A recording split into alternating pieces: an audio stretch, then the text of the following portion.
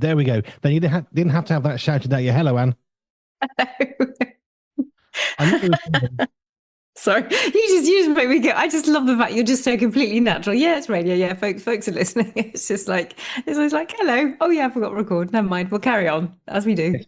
Well, I mean, if we don't record, it'll still go out, but it'd be nice to actually reuse it again later. So, I like to do that before we get there, and I knew there was something I'd forgotten to do, and I don't like to do it after I hit the go live button because it shouts it over the radio, which I don't want to do.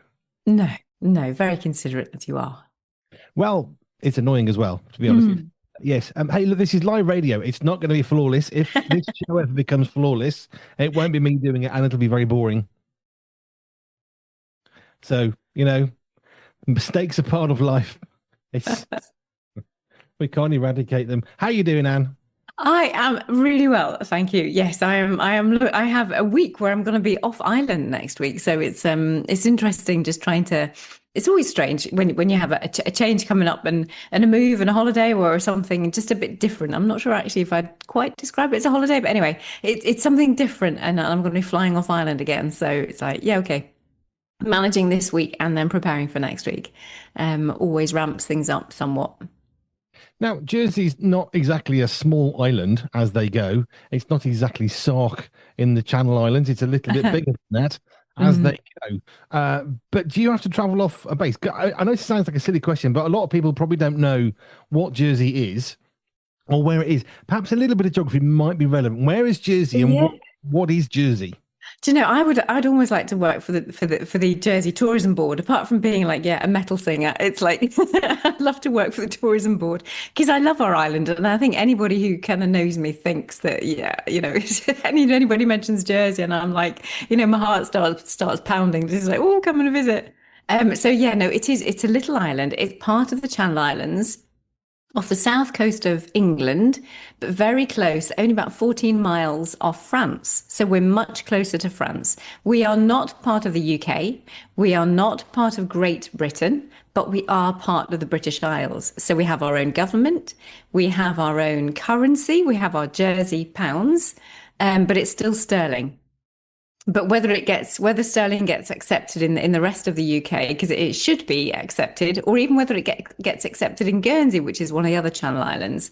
And we've got Herm, we've got Sark, we've got lots of little islands. Jersey's the biggest, and we are our own self-governing place. And then you've got the other Channel Islands that look after themselves. So we're just a bit of a mismatch, really. But it's beautiful. It's a beautiful, beautiful place. It is. I remember going to Scotland, being given a 20 quid note from a cash machine, came into England, can't use that. That's not Mm. English. I had, let's just say, a robust conversation about the importance of accepting legal tender in shops. It's Yeah. Scottish. We're not Scottish. Yes. However, Scottish pounds, English pounds, still sterling, absolutely the same. So there was a robust conversation, shall we say, and they took the money when they called for the manager, and I started to get a bit annoyed. But it's funny how we can get stuff in our head. Because, of course, there's the Isle of Man, which is another island very far away from you are, which is the northwest of England, sort of off the coast of Liverpool, that sort of area. You got the Isle of Man. But I just thought it was fascinating because we always talk about the Isle of Jersey. And I wondered if people are thinking, I can't find it on my map. Where is it in England? Well, yes, you speak English, and I've been to Jersey. It's beautiful. There's French road names like Guernsey, which really throws you when everyone's speaking English. English police cars, English trucks, English fire engines, and then you've got French names. It's bizarre until you've been there, and it starts to feel quite normal. Yeah, yeah, and the fact that we're split into parishes, and it's just like, oh, where else does parishes? So our kind of government runs on parishes. We're split into 12, and we have our own little. You have your church, and you've got your corner shop, and you've got so it's beautiful that the way we're split into 12, I think, is gorgeous. But we're quite what we call parochial. And Jersey has its own language as well. It has its Jersey French, which is kind of like French, but a bit different too. Hey, now that's new. I didn't know that. Ah, yeah. Jersey, Now that gets really confusing. is that like Canadian French? It's sort of French, but not quite. Yeah, it's like a Breton, Norman, French. Apologies if anybody actually knows Jersey French and I'm trying to describe it. But as a French speaker, like as a French speaker that I am, I kind of pick up bits, but no, I couldn't communicate in Jersey French unless I went to some classes. So. Fine, fine. I just thought it was an interesting little interlude because we talk about you being on the Isle of Jersey. Because the one part of you, which is interesting, is you are working with people, which most people make it makes sense, right? You see them, they come into your office or your studio, and you can do some work with them and all that. But you're working with people all around the world, even though you're on Jersey, because they don't have to come to you, but they kind of do. Yes. I mean, and that's why, it's one of those downsides. I think with everything in life, it's always looking for the opportunities, whether you've got a disability, an illness, some sensory needs, whatever it is, you've got to find the positives. So with me being on the island, okay, my husband's got multiple sclerosis, a visual impairment. I can't leave him with my children, or I couldn't. But people want what I have because I have developed what I do because I love it as an occupational therapist. So how can I do it? That was one of those questions. Okay, just praying, saying, okay, how do I do this to be able to meet people's needs? I didn't have a centre. I didn't have anywhere apart from my own home to be able to see people, plus home educating.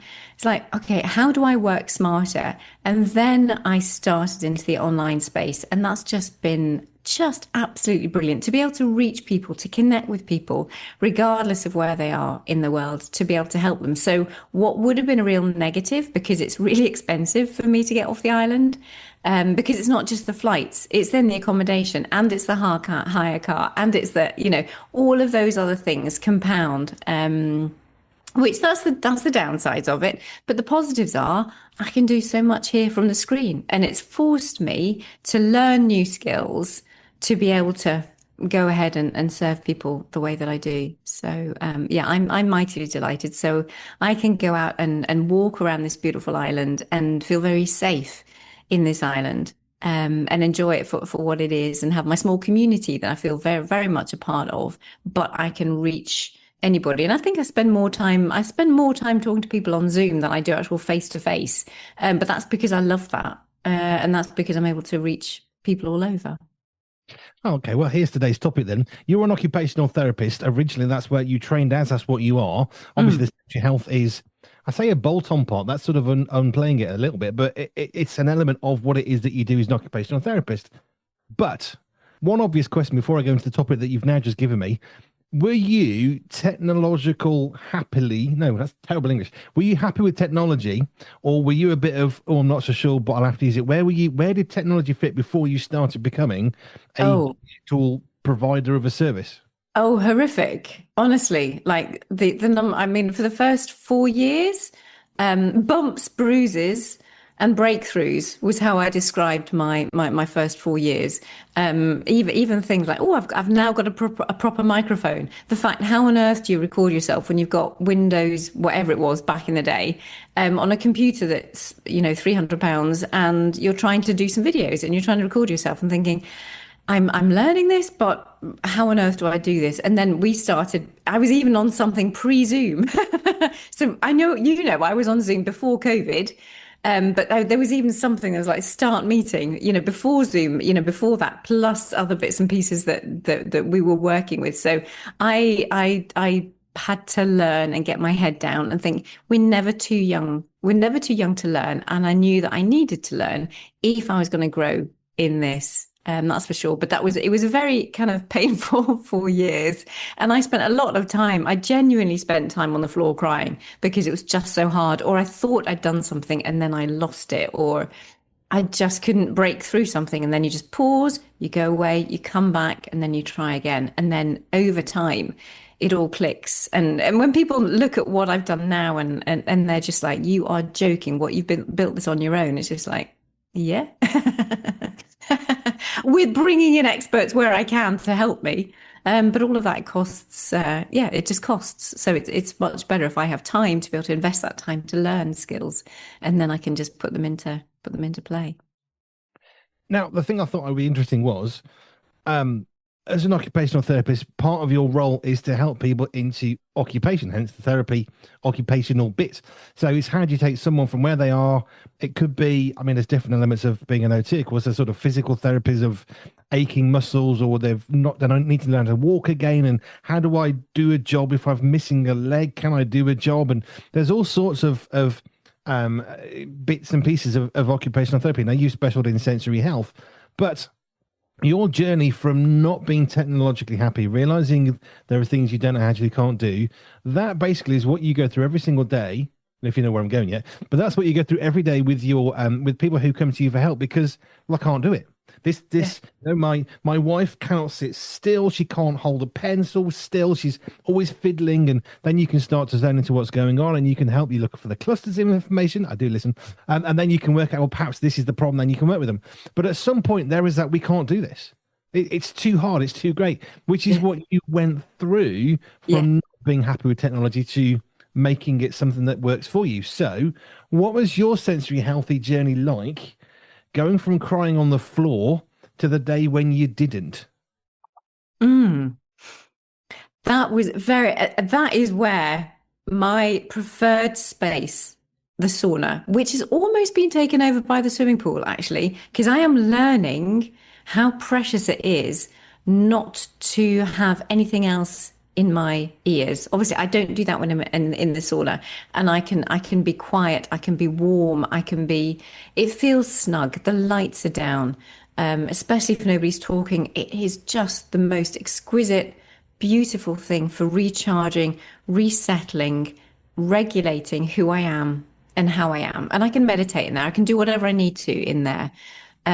But moving into swimming on a regular basis now, I was never a swimmer. The amount of time and energy and effort, there's a whole load of sensory health involved with getting unchanged in the cold.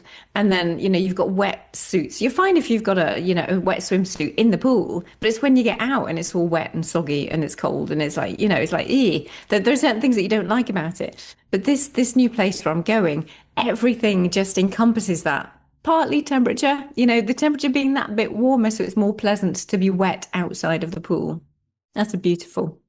Well done, swimming pools, for those who consider just the basics, those sensory basics of our tactile perception of temperature and what feels pleasant to us. And you get a towel when you go in, and so I don't have to think about all of those things.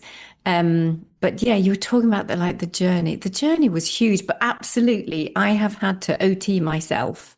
And what I do, there's an element of what I do which is slightly different, which is other help other OTs start and scale their own businesses, so build their own businesses. But it's about using those OT skills because we are going to get confronted. Anybody who wants to step out and do something different, whether it be because of their disability or their needs, or because they just want to do something different, we absolutely need to OT ourselves to face those things, that are difficult, break them down, work out what is it about this that is so hard. Where do I need to go to get the solutions? And then pace yourself in a way that doesn't cause extra stress, because it's the pacing of moving forward, pressing through any difficulty, pressing through learning a new skill, whether it be learning something because you've lost something through an accident or otherwise. It is just how we can do that without putting pressure and stress on ourselves. So I was chatting, I had a mum last night from America, chatting with her, and it's just backpedaling. It's just like we need to go back. Just see things in a completely fresh way. Take the diagnosis out of the situation. Let's look at them as a person. Let's look at how your family functions. Let's look at what you can cope with. What do you have capacity to do as mum? And then let's start feeding things back in there. I think so often we don't take enough steps back. We don't pause. It's that sense of reflection, but it's take a step back and then take a step back and then take another step back and just keep asking, why am I doing this? What am I doing it for? And keep asking why. If I'm doing something, we'll ask again, well, why are you doing that? And then you get an answer. And then it's just like, well, ask that why again, so that you can try and get to the root of what is going on a little bit quicker. For someone who knows what I'm talking about, you'll get it. Sorry, that might sound a bit vague for others. But it's just keep asking why. When you get an answer to something, it's either why or what's going on. Keep going back, keep going back, keep going back until you've got nothing left. And then you're more likely to get to the root of an issue. Interestingly, there's the classic thing of the small toddler. Why? Why? Why? Why is that cow black and white? Well, it's the way it is, but why is that? And why is it in a field? Why is the grass green? Why are the trees ugly at the top and weirdly horrible at the bottom? And they hurt you? Why? Why? Why? And it's part of the exploration of something. And we sort of, I don't know, do we kind of laughingly tolerate or bless them? Actually, it's part of learning to ask why. We work with a lot of different software because we're a global digital media station. There's all sorts of bits of software that has to work that doesn't want to work together, and somebody somewhere has found a way and it'll go wrong, and you're thinking, why? And one of the questions that we have to frequently ask is, that doesn't sound right. Why? Why is it wrong? And then you go into problem solving mode. So we had some distortion recently, and I immediately heard it in my headphones. I thought, well, let's problem solve. So you go through all the different stuff. Is it the headphones? Is it the socket the headphones are plugged into? That's a cable. What's the other end of that cable? And you start going through all the physical stuff. And then you think, okay, the physical's all fine. There's no problem with that. Okay, and then we have another problem. So you start listing on different devices and realizing now this is a global issue. Okay, but what's the global issue? Why is it happening? So that question, why, it's effectively the most wonderful, if you've got the patience, problem solving approach. Because if you understand not just what's happening, that's the diagnosis, like you said, but understanding why it's happening, well, then you can fix it. But if you don't know the why, you might accidentally stumble across a fix, which I've done and I don't like at all. I like to know what's wrong and why I fixed it so I can fix it next time. But sometimes just asking why, and again, but having the patience to actually wait for the answer or find the answer. And I think that's what's really lovely, that we each have our own specialisms. So I love sensory health. I love looking at people. I love looking at what they do and what's going on. I love assessing it, breaking it down, especially from the sensory perspective when I observe something that's going on. And then you behind your desk and all your radio bits and pieces and all your technological pieces, we all go through that process. And I think that's what really inspires most of us. I think we all nearly all get a kick from understanding, from that problem solving, and then applying it to the area of specialism that we know, not to feel more proud or to feel above anybody else, but it's just actually, this is the area that I've spent time in and that I know this and that I can help somebody. And that's what I love as a therapist, because that's basically what any of us do. We just take time to delve deeper into something. So when those whys are brought forth, we've actually got some understanding and then solutions to what the why needs to do, what why is going on, and then what we can do to actually meet that why. And I love the fact that we can specialize in those things, whether it means training or just experience. Parents being parents, you're just so experienced just because life drags you through the process with very little training. You've trained more, you've self-taught so much. I've been through official training and all kinds of training, and I love that variety that all of us, I think, in some capacity, if our brains allow it, have that problem-solving approach and that satisfaction to finding solutions. Again, whether we realize we're actually doing it or not, I think it's one of those underlying instinctive things that we do. I was thinking about some of the people that come your way, whether it's the husband who's got a wife, he just doesn't know why she can't sit still, or the mum that's got a child. It's like, what's wrong with them? Why won't they leave their socks on? Whatever age of the person is or the particular problem, there are so many. But actually, although there's a lot of tiredness, perhaps more so, and emotions that come into that, actually, if we've got a problem on the radio, I take that very personally, because I want to fix it really rapidly, because a bad audio output is really, really bad. And so I don't just think, oh, well, never mind, let's have a go. Everything stops. I call the entire office, stop what you're doing. We're on this problem now, because we have to resolve it fast. So everybody knows if there's a problem on the output, everything stops. Apart from interviews that are happening somewhere or a phone call that may be important, but get off it. Because actually, the principle of what we have to do is no different from what you're going to do with somebody who's got sensory health issues, from what you went through as somebody who thought, well, I can do this virtually. It's the same thing. And tiredness makes things hard, but that can be an excuse if we're not careful. Oh, I'm tired. Oh, I'm sorry, I shouted at your head off. I was just tired. It's still wrong. Mm-hmm. Might explain it, but it's not okay. And this is something you said repeatedly, especially perhaps with children and some of the issues of sensory health. Well, yeah, we understand the sensory health implications of that autism or that ADHD, but bad behavior is still bad behavior. And tiredness doesn't make it okay. Might help us to understand it. But then the question is not, why are you shouting at me, whatever, but actually, you're tired. Why are you tired? Back to the why. Are you tired because you're not sleeping, because you're stressed, because there's too much going on? And it's the same thing that you're doing with people who come into you with sensory health issues, and come back to you setting up what you're doing virtually as a OT. You had to overcome problems, because then there's the why. But I've clicked the button. Why isn't it working? And you want to help someone who's the other side of the world, who's waiting for that thing. I've pressed the button. Why can't I see them? Okay, now I can hear them, but they can't hear me. But you have to overcome those things, because then the anxiety starts to rise and the tension starts to rise. Your ineffectiveness increases, because now you're stressed and you want to get it done. And you have to overcome all that, but you come through to the other side. So actually, the journey of us with the noise, the journey of you becoming an OT, or the journey of someone with a sensory health issue, I think what I'm trying to say here is, encouragingly, hopefully, actually, it's the same basic journey of a human being facing a problem and having to find a way of overcoming. But that having to overcome is really an important part of the process of the motivation behind actually doing something about it.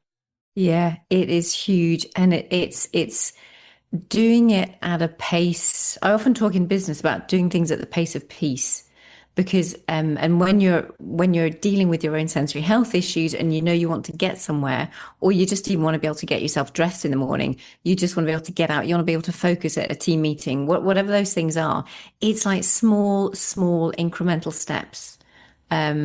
Yeah, we shore up the basics, where we can, but it's also giving yourself an awful lot of grace, because when you look back, it's remarkable how far you've come. So I think I'm trying to think of what the phrase is. I think it's something like, don't underestimate. You probably overestimate what you will manage in a year, but don't underestimate what you'll manage in 3. So it's the sense where sometimes, because we're such an instant society, we think, oh, actually, if I can just apply myself, I can do this. But there's so many other things that come into play for those kind of things, that just life gets in the way. So it's great to have goals of, this is what I want to achieve, but be realistic within it, because otherwise you do get frustrated. You do get, and being frustrated about anything just doesn't help the body, doesn't help your mindset. We constantly have to take those thoughts captive. We have to work out, get our gratitude back, get our realism, just offload offload the frustrations to God too, because we can't just deny they're not there, because they are, but we try and reframe where we can, and just small steps, and be satisfied and be thankful with those small steps. And when it literally, like when I was on the floor in tears thinking, I just cannot do this, it's taking time out, pick yourself up again. Oh, what was there? There was a verse I was came across, well, not came across, but yesterday it came back. A righteous man, and what is it? A righteous man will fall 7 times, but the difference between him and a fool and the unrighteous is the fact that he gets back up again. And I think there's power in knowing that, okay, that's talking perhaps from ways that we may stumble in our sinful nature, just that natural default place that we're in. We are going to fall. We are going to do things naturally that just don't sit well with God, don't sit well with other people, just because we're human. Although we may try and just ask the Holy Spirit to help us in everything that we do and every way that we are. But it's like when you do fall down, when you're learning how to dress yourself again, or when you're learning how to focus a little bit more, or when you're learning a new business, you are going to fall. It's not going to be straightforward all the time. Accepting that, and then recognizing, I need to get up again. It's when we give up or when we stop, that's when it's not good. So anything that I can do to help people just pick themselves up again and start again, anything I can do, even for friends or, anybody, just let's get back up again and let's move forward. Because if we're trying to move, we will get somewhere at some point. But coming back to that, I mean, your day job effectively, which is working with folk who have got sensory health of some sort or suspected sensory health of some sort. There's a beginning point for them when they realise that maybe there's a problem. Whether it's my favourite story that you've ever shared is somebody who couldn't pick up a piece of paper because they couldn't cope with a feeling to their skin, or one of the first stories that we actually talked about. We helped someone who had a question about that had brain surgery. They literally have brain damage and they were struggling with retention. Not they were forgetful, but retention of facts is difficult. It's different. So we helped some of them. One of the first things we ever did, which was great. But there's all these situations, and eventually you realize I can't do it. I need some help. Now, for you, with trying to work out how do I use this? Well, it wasn't even Zoom. How do I do this? Yes, there's support around there. Probably the more you spend, the better the support gets, of course. But you're trying to do it on a budget if you're a small business and you're trying to make it work. So at some point, you get to the point, I can't do this. But as long as you've tried to do all that you can, when you've come as far as you can, there is a situation when you think, you know, I can't do this anymore. This is too hard. But if you're trying to make it work, then that doesn't allow to be in your head for very long because you find another way. And so at some point, you came to the point of, I can't do this. And then you realize you can. And all of a sudden, what happened to you when you thought, I actually can do this? Or more specifically, I guess, I already am doing this. Yeah. That there's a strength, and there's a strength of character that comes, I think, recognizing each mountain that we all climb. Each, no matter how, even if it's a molehill, for some people, a molehill is huge, just. So somebody we were celebrating that somebody had actually told that a child recognized that they need to go to the loo, and we were celebrating. It's the fact, hurrah, finally. And this is someone who's past the age of potty training. So this is someone who doesn't have good interoception, not aware that this is something that they need to do. So that was may from the outside look like a molehill, but for the family it was huge because it's not great when your child doesn't tell you or doesn't recognize that they need the loo. There's lots of consequences, for everybody, when they do end up going to the loo and they're maybe not quite up, in the bathroom where they need to be at the time. So molehills, mountains, whatever it is, they build that lovely, lovely strength of character. They do build that resilience. And that's the painful process that I think God takes us on sometimes to get past ourselves and to grow into something more than we are, more than we think we are, more than we've ever done before, because the capacity that I think we have as humans is huge. We just don't often make the most of it. I think probably because we're just too scared to try, because it went wrong last time. What if it goes wrong next time? But when it went wrong last time, you learned something, right? So you knew that next time you do it, you don't turn the microphone on first, you turn it on second, or I don't know, whatever the particular thing is that you're doing. Yeah. And we do learn from our mistakes. And the same for you when you were trying to become a virtual OT, which is part of what you do. In the same way that you're trying to help someone who's got a sensory health issue, there is that aha moment of, I understand. What I've been teaching my boys to drive recently, they've just got the bite point on the car. Where is it? How smooth do you need to be? So rather than that lurching forward because they're just bringing the clutch up in one action, they're now finding it, feeling it, and coming through. From a sensory health perspective, that is such teeny tiny finite motor control. It is. Isn't it? Yeah, absolutely. Just as soon as you said it, I thought, that we really need to have proprioception intact, getting the receptors from our tactile, just from the clothes, just as our legs slightly lift off, if depending on what size of legs you have, but as it lifts off, you can feel the difference in the pressure in your skin, against your clothes, the angle of your foot. All of that has to be memoried in your brain. You have to remember that motor memory of exactly quite where it is, and that intimate proprioceptive information has to be there. And that's why so many of my people can't drive, because they don't have that, or can't drive yet, because they don't have that proprioceptive integrity for their brain to know exactly where that bite point is. So it's just like, yeah, well, that's not going to happen. Or we shift into a different car, and it's a different thing. So you don't need the bite in the same way. Maybe that's at that point we go electric, or we go automatic, we go whatever. But it's for those of us who love that manual. It's a beautiful thing. It's really satisfying, isn't it? And I think your boys will feel it also. It's like, yes, we got the bite. It's like, yeah, celebrate those moments.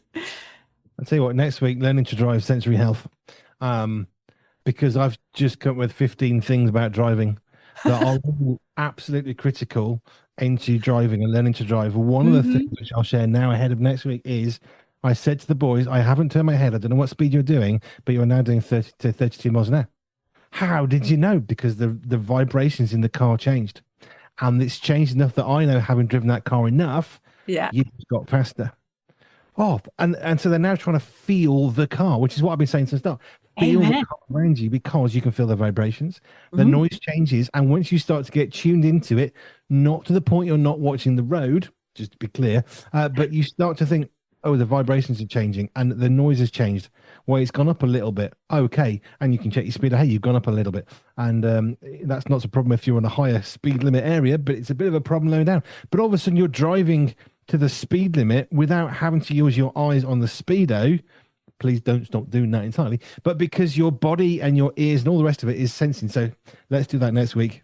Oh, yes. Oh, there's so much, so much. Hey, we're going to go back to driving. We started there, but it was different back then. Well, we haven't focused on this in the same way, so that'd be great. Well, we were doing cab design for trucks 3 years ago, so how to drive a car sounds pretty good.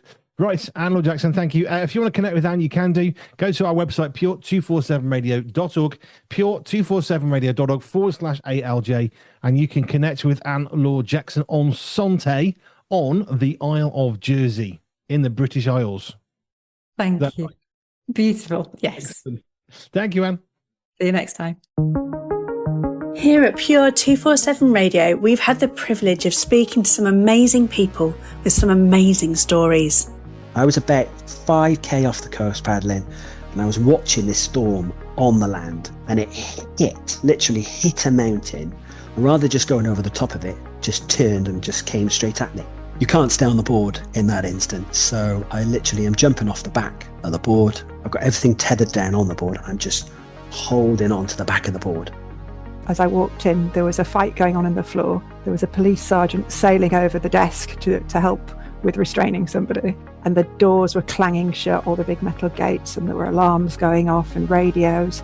And I felt this most enormous peace come over me, because I realised that this is where God wanted me to spend my career behind bars. It was like a baptism of fire, and it was like the most socially deprived council wards in Britain. And then we were going into schools, and then kids were coming to the gigs, but then knocking on my door at night, and I was out there playing football till 11:30 p.m. at night, 12 o'clock, feeding kids, running youth clubs. If you've missed an inspiring conversation and want to catch up, or you'd like to revisit a brilliant interview, you can. Our interviews are available on YouTube and podcast, so you can always catch up anytime you like. Search for Pure 247 Radio wherever you get your podcasts, or find our YouTube channel at Pure 247 Radio, or head over to www.pure247radio.org/catch up.